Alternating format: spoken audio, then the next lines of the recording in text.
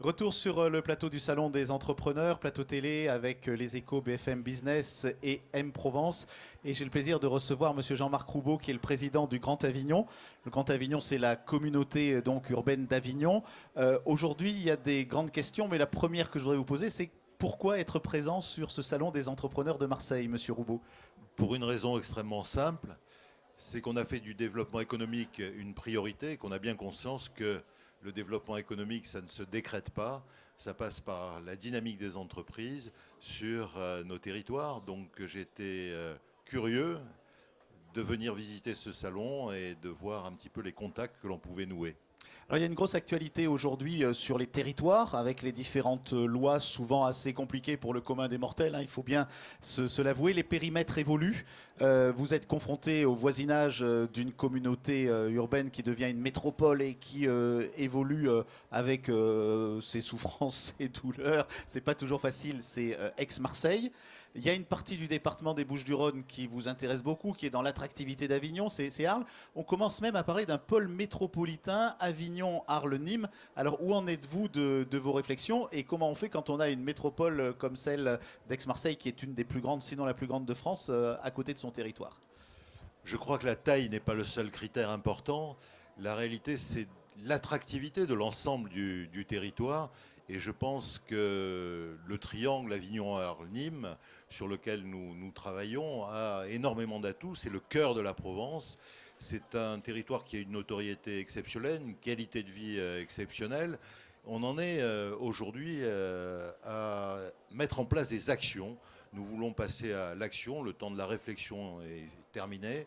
Nous avons réussi à fédérer 8 agglomérations avec 8 communautés de communes représentant un territoire d'1,2 million d'habitants. Il ne s'agit pas de créer une structure administrative supplémentaire, mais bel et bien un ensemble cohérent où chacun sait qu'il est possible d'entreprendre et surtout il est possible de réussir.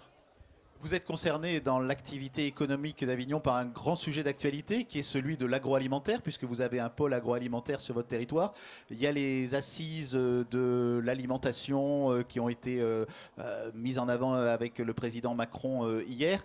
C'est vraiment un sujet économique important pour votre territoire, tout ce qui touche à l'agriculture et à l'agroalimentaire?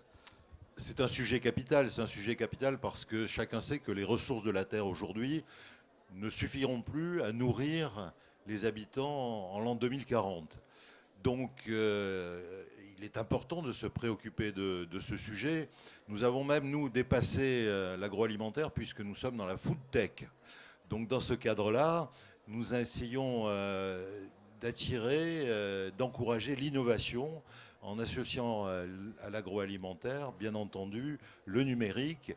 Et on voit déjà un certain nombre de portes qui s'en trouvent.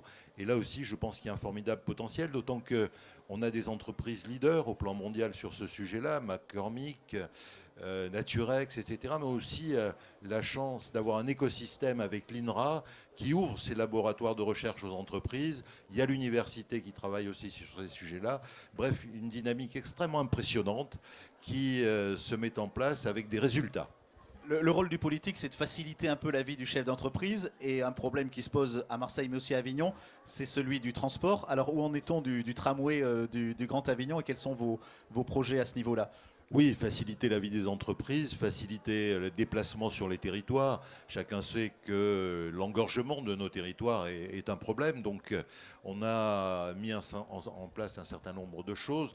D'abord, la construction d'un tram. Les travaux sont lancés. Nous sommes au milieu du gué. Alors, c'est un peu difficile, les embouteillages, etc. Bref, mais je pense que le résultat en vaudra la peine. Nous avons relancé auprès du gouvernement qu'il a accepté et acté le chantier de la liaison Est-Ouest qui permettra d'éviter Avignon, de contourner Avignon et de fluidifier ainsi la circulation. Élément de qualité de vie aussi important, élément d'attractivité important. Donc effectivement, c'est dans tous les domaines qu'il faut que nous accompagnions et nous aidions les entreprises à avoir les meilleures conditions d'exercice possibles pour que les salariés soient aussi dans les meilleures dispositions possibles et si possible faire disparaître le stress aussi du quotidien. Une dernière question, la French Tech Culture, ça avance comment chez vous?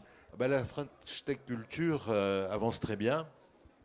Elle a été un peu précurseur sur la métropole diffuse. Elle a su, comme nous l'avons fait, associer différents territoires et ne pas rester concentré que sur Avignon ou que sur le Grand Avignon. Il est important de créer des synergies de manière plus large.